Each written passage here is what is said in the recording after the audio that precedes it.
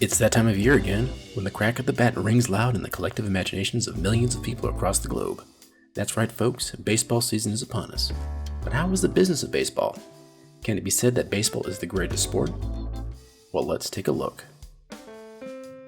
The smell of hot dogs, nachos, soda, popcorn, the sight of green grass, blue skies, and char'd gravel, the smell of well-worn leather, and the crack of the bat against coiled cork.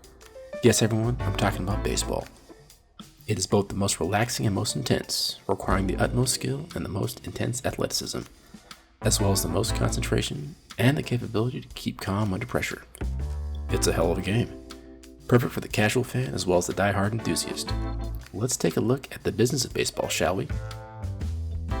If one takes a look at surveys of popularity of sports in America, there is one current king of the hill, and that, my friends, is American football, or gridiron.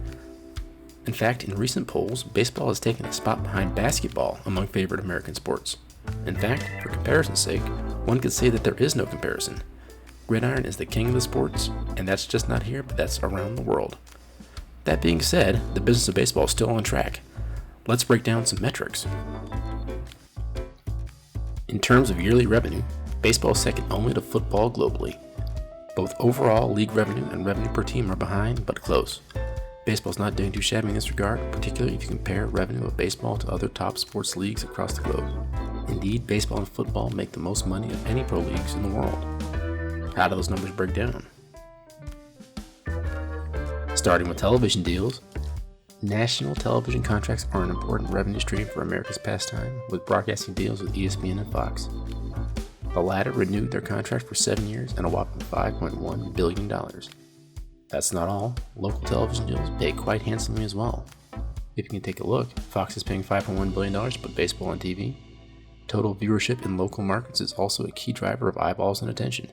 Local TV baseball beats out all of its competition's ratings in its time slot combined. If we look at ticket sales, it is estimated that for most baseball teams, ticket sales come in at about a third of their annual revenue. This can be easily calculated by multiplying the average ticket price by the average game attendance. Ticket sales, of course, lead to game day concessions. Game day concession sales can vary greatly between teams, but is estimated to bring in about a third of revenue per team as well. Licensing deals can be another source of revenue as well for MLB teams. Deals with Nike, New Era Company, etc.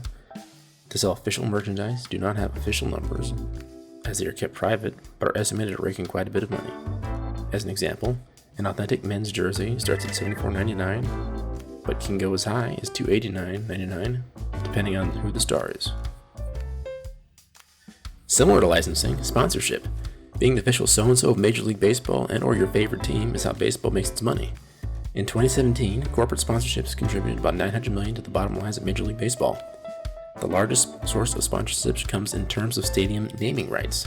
As an example, Citi Field will bring in $400 million over 20 years. Minute Maid Park's naming rights will bring in $170 million over 28 years, as well as other big-name corporate sponsors. A sign of health of the sport is player salaries. Player salaries are among the best in pro sports.